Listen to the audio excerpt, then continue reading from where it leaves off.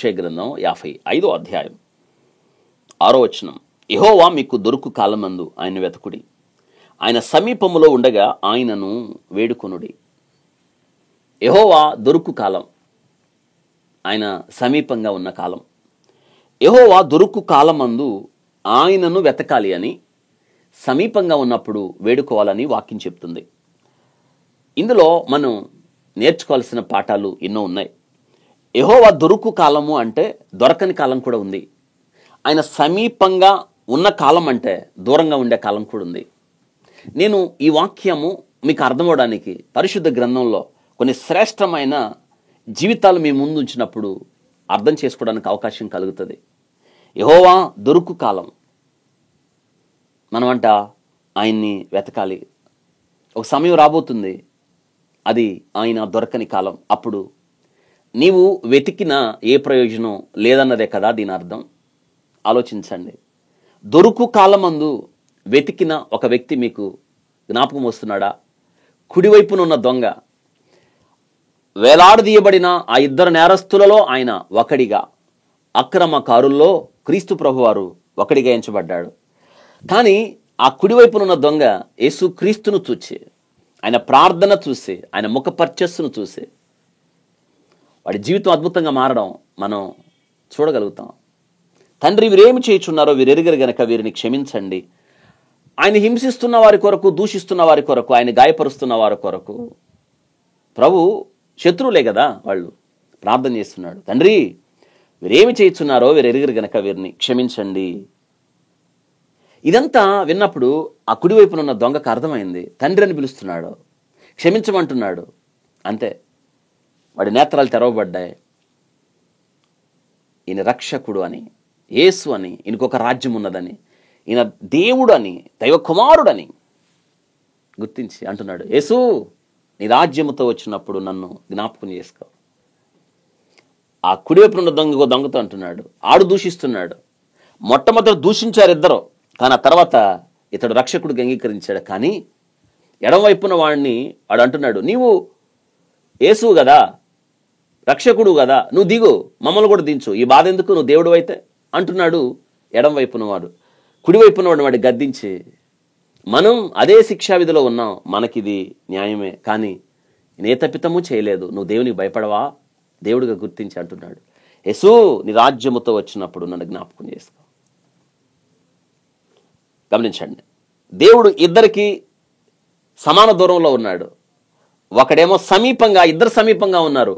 ఒకడు వేడుకున్నాడు, ఒకడు తిరస్కరించాడు. సమీపంగా ఉన్నప్పుడు వేడుకున్నాడు, యేసు నీ రాజ్యముతో వచ్చినప్పుడు నన్ను జ్ఞాపకం చేసుకో. రెండోవాడు కూడా అలా అడుగుంటే బాగుండేది. సమీపంగా ఉన్నప్పుడు వేడుకున్నాడు. యేసుక్రీస్తు అన్నాడు, నేడు నువ్వు నాతో పరదైసులో ఉంటావని. సమీపంగా ఉన్నప్పుడు వేడుకోవడం. ఒకడు సమీపంగా ఉన్నప్పుడు వేడుకున్నాడు, రెండోవాడు తిరస్కరించాడు కదా. సమీపంగా ఉన్న కాలం. తీమై కుమారుడైన భర్తమ యేసుక్రీస్తు ప్రభు ఆ మార్గంలో వెళుతున్నప్పుడు ఆయన సమీపంగా వచ్చినప్పుడు కేకలేశాడు, యేసు దావీదు కుమారుడా నన్ను కరుణించు. యేసు ఆగి వాడిని పిలవండి అని వాడిని స్వస్థపరిచాడు. సమీపంగా ఉన్నప్పుడు వేడుకున్నాడు. జక్కయ్య యేసు ఎవరో చూడగోరెను, యేసు సమీపంగా వచ్చి, త్వరగా దిగు, నేడు నేను నీ ఇంట ఉండవలసి ఉన్నది. సమీపంగా ఉన్నప్పుడు దిగి యేసుని చేర్చుకున్నాడు. సమీపంగా ఉన్న కాలం అదే కదా. ఆయన యెహోవా దొరుకు కాలమందు మీరు వెతకండి అంటే, దొరుకు కాలమందు వెతికారు. ఆయన సమీపంగా ఉన్నప్పుడు వేడుకోవడం దొరుకు కాలం. కానీ ఒక కాలం రాబోతుంది, దొరకని కాలం. ఎడమవైపున ఉన్న దొంగ, వాడి జీవితం చూడండి. యేసుక్రీస్తు ప్రభు 7 మాటలు, తండ్రి నీ చేతికి నా ఆత్మను అప్పగించుచున్నాను, ప్రాణం పెట్టాడు ప్రభువారు. వాడు చూడండి, మారలేదు. వాడు అవకాశాన్ని పోగొట్టుకున్నాడు. లూకా సువార్త 16వ అధ్యాయంలో ధనవంతుడు బ్రతుకున్నప్పుడు అవకాశాన్ని సద్వినియోగం చేసుకోలేదు, దొరుకు కాలం ముందు వెతకలేదు, తన అవకాశాన్ని పోగొట్టుకున్నాడు. చూసారా, పోయింది ప్రాణం. సమీపంగా ఉన్నప్పుడు వేడుకోలేదు, ఇప్పుడు వేడుకుంటున్నాడు ప్రాణం పోయిన తర్వాత. అందుకే అబ్రహాం అంటున్నాడు, అక్కడ వాళ్ళు ఇక్కడ వాళ్ళు అక్కడ రావడానికి లేదు. భూమి మీద నీకు అన్ని అవకాశాలు ఉన్నాయి, కానీ నువ్వు సద్వినియోగం చేసుకోలేదు, నీ ఇష్టానుసారంగా బ్రతికావని. చూసారా, దొరుకు కాలం సమీపంగా ఉన్న కాలం. దొరుకు కాలం అందు అందిపుచ్చుకోలేదు ఏశావు.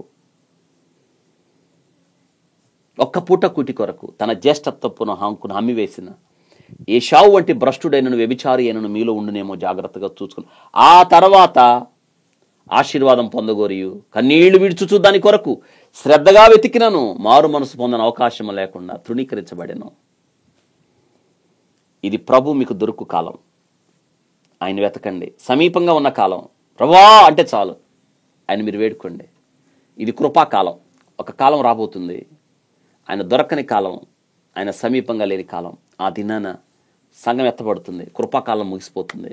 ఆ దినం నువ్వు ఏడ్చినా, నోరు నెత్తి కొట్టుకున్నా నీకు రక్షణ దొరకదు. ఇది మిక్కిలి అనుకూల సమయం, ఇది రక్షణ దినం. అందుకే యెహోవా మీకు దొరుకు కాలం. ఆయన వెతకండి, ఇప్పుడే వెతకండి. ఆయన సమీపంగా ఉన్నాడు, ఆయన మీరు వేరుకోండి. ప్రభువా నేను పాపిని, నీ సిలువ రక్తంలో నన్ను కడిగి నీ బిడ్డగా నన్ను చేసుకో, ఇక నుండి నేను నీ కొరకు బ్రతుకుతానని తీర్మానం చేసుకోండి. దొరుకు కాలం సమీపంగా ఉన్న కాలం. ఇది రక్షణకు అనుకూల సమయం. ఇది ప్రభుని వేడుకోవాల్సిన సమయం.